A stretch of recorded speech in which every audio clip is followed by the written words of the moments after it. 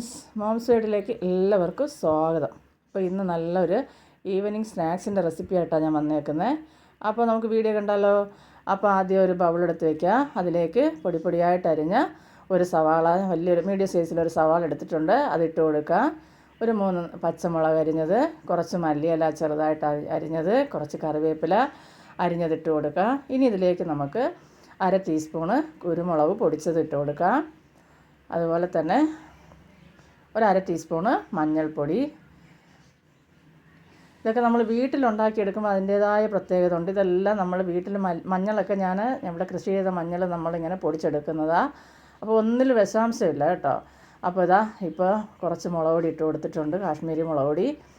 അതിലേക്ക് ഞാനിവിടെ ഒരു 2 മുട്ട ഇവിടെ ഇങ്ങനെ പുഴുങ്ങി ഗ്രേറ്റ് ചെയ്ത് വെച്ചിട്ടുണ്ട്, അതും കൂടെ എടുക്കുക. അപ്പോൾ ഇത് ഇത്രയും വെച്ച് ഞാൻ ഉണ്ടാക്കിയെന്ന് പറഞ്ഞാൽ 8 എണ്ണം എനിക്ക് കിട്ടിയിട്ടുണ്ട് കേട്ടോ. അപ്പോൾ ഇച്ചിരി തോനെ വേണമെന്നുള്ളവർക്ക് മുട്ടയുടെ എണ്ണം കൂട്ടുക, അതുപോലെ സവാളയുടെ എണ്ണവും കൂട്ടുക. ഇവിടെ ഞങ്ങളിപ്പോൾ 4 പേര് ഞങ്ങൾക്ക് ആൾക്ക് ഈ 2 മച്ച് മതിയാവുമല്ലോ. ഒത്തിരി കഴിക്കത്തില്ല, നമ്മൾ 1-2 കഴിക്കത്തുള്ളൂ. അപ്പോൾ അതിനുള്ളത് ഞാൻ എടുത്തിട്ടുണ്ട്. ഇനി എല്ലാം നല്ലപോലെ ഒന്ന് ആവശ്യത്തിനുള്ള ഉപ്പ് ഇട്ട് കൊടുത്ത് മിക്സാക്കി കൊടുത്തതിന് ശേഷം 2 ടീസ്പൂണ് മൈദാപ്പൊടി ഞാനിതിലേക്ക് ഇട്ട് കൊടുക്കുന്നുണ്ട്.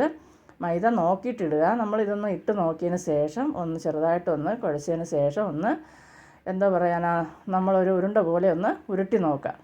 അത് നമ്മുടെ കൈക്കകത്ത് ഉരുണ്ട് കിട്ടുന്നുണ്ടെങ്കിൽ പിന്നെ മാവ് ചേർക്കണ്ട, അല്ലെങ്കിൽ ഇച്ചിരി കൂടെ മാവ് ചേർത്ത് കൊടുക്കുക.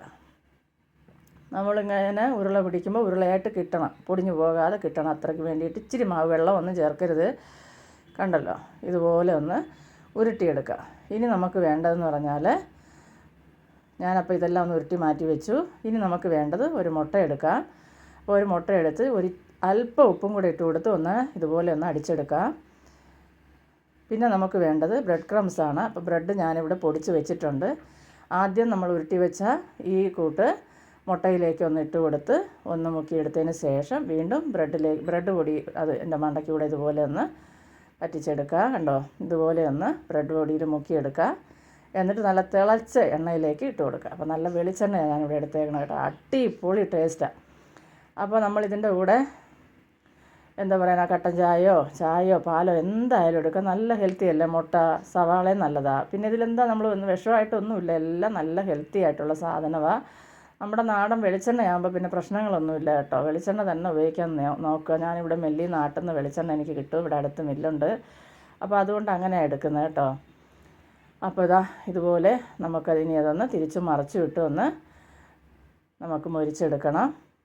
അപ്പോൾ ഇത് ഉണ്ടാക്കുമ്പോൾ നമ്മൾ പൊടി ഐറ്റം ചേർത്തതിൽ ഗരം മസാല അല്ലെങ്കിൽ ചിക്കൻ മസാല, മീറ്റ് മസാല ഏതെങ്കിലും ഒന്ന് ചേർത്ത് കൊടുക്കാം കേട്ടോ. അതെടുത്ത വീഡിയോ വിട്ടുപോയതാണ്. അപ്പോൾ അതും കൂടെ ഒരല്പം ഇട്ട് കൊടുക്കുക, ഒത്തിരി വേണ്ട. എടുക്കുന്നതിൻ്റെ ക്വാണ്ടിറ്റിക്ക് അനുസരിച്ച് ഇച്ചിരി ചേർക്കാം. അപ്പോൾ അതിൻ്റെ മണ്ടയെല്ലാം നല്ല മൊരുമരാന്നിരിക്കും. നല്ല ജ്യൂസി ആയിട്ടോ, നല്ല അടിപൊളി ടേസ്റ്റാണ്. മക്കൾക്കെല്ലാം ഒരുപാട് ഇഷ്ടപ്പെടും. കൊച്ചുമക്കൾക്കൊക്കെ ഉണ്ടാക്കി കൊടുക്കുമ്പോൾ ഇച്ചിരി ഏരിയൊക്കെ കുറച്ച് ഉണ്ടാക്കി കൊടുത്താൽ അവർ കഴിച്ചോളും. മുട്ട കഴിക്കാത്ത മക്കളൊക്കെ നമുക്ക് കാണുമല്ലോ. അപ്പോൾ അവർക്കൊക്കെ ഇതുപോലെ ഒന്ന് ഉണ്ടാക്കി കൊടുത്താൽ അവർ കഴിച്ചോളും കേട്ടോ. അപ്പോൾ എല്ലാവരും എൻ്റെ ചാനലൊന്ന് സബ്സ്ക്രൈബ് ചെയ്യുക, ലൈക്ക് ചെയ്യുക. അതുപോലെ തന്നെ നിങ്ങളുടെ കൂട്ടുകാർക്കെല്ലാം വീഡിയോ ഇഷ്ടപ്പെടുവാണെങ്കിൽ ഒന്ന് ഷെയർ ചെയ്ത് കൊടുക്കുക. നിങ്ങളുടെ സപ്പോർട്ട് തുടർന്നും എനിക്ക് വേണമെങ്കിൽ ഞങ്ങൾക്കിത് മുന്നോട്ട് കൊണ്ടുപോകാൻ പറ്റത്തുള്ളൂ.